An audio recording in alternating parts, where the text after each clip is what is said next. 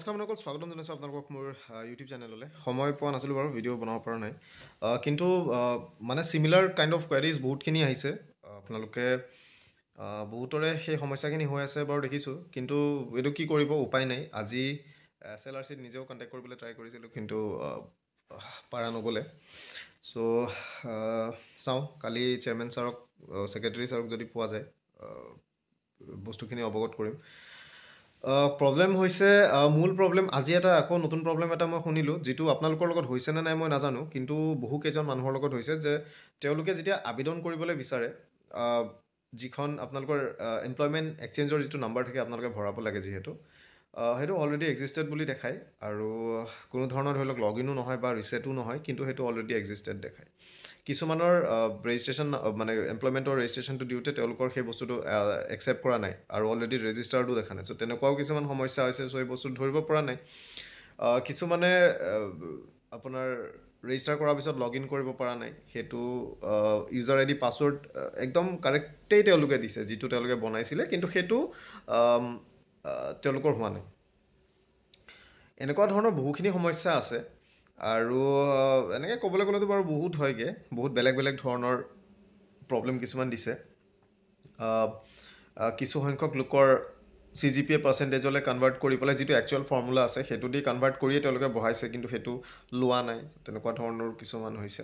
চ' এতিয়া একচুৱেলি তেওঁলোকে কেনেকৈ কৰিছে সেইটোতো আপোনালোকে বেছি ভালকৈ জানিব, আপোনালোকে কেনেকৈ ভৰাইছে। বাট অ'ভাৰঅল বহু মানুহে আবেদন কৰিলেই, আৰু থকাটো নাইগৈ আৰু মানুহ।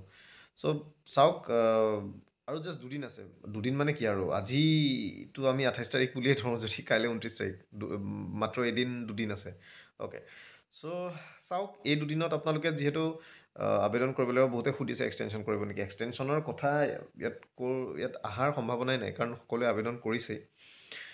লগতে এডিট অপশ্যনটো দেখা যাওক, শেষ হোৱাৰ পাছত যদি তেওঁলোকে দিয়ে, মাৰ্টিৰটো অপশ্যনটো থাকিলে সেইটো কোনেও ক্লিক কৰিব পৰা নাই, যিসকলে আগতে আবেদন কৰিছিলে। আৰু বহুতৰ ভুল হৈছে, সেইটো বাৰু পাছৰ কথা। কিন্তু মূল কথা হৈছে আপোনালোকে যিখিনি বহুতখিনি মানুহ আবেদন কৰিবলৈ এতিয়াও বৰ্তমানো আছে। চ' আপোনালোকে সোনকালে কৰক।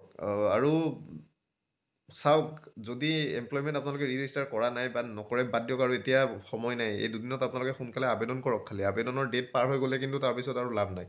অ'কে, চ' বাকী যিসকলৰ যিখিনি জেনুইন প্ৰব্লেম হৈ আছে, আপোনালোকৰ লগ ইন ৰিলেটেড হওক বা যিখন এমপ্লয়মেণ্ট এক্সচেঞ্জ ধৰি লওক অলৰেডি ৰেজিষ্টাৰ্ড বা ইনভেলিড এক্সচেঞ্জ নাম্বাৰ, যিবিলাক তেনেকুৱা ধৰণৰ সমস্যা হৈ আছে, সেইখিনিৰ ক্ষেত্ৰত দেখা যাওক তেওঁলোকে কি কয়। হেল্পলাইন নাম্বাৰটো বৰ বেকাৰ এটা বস্তু দি থৈছে, সেইটোত কোনো ধৰণৰ ফোন আপোনাৰ নালাগে, আউট অফ ছাৰ্ভিচ আছে।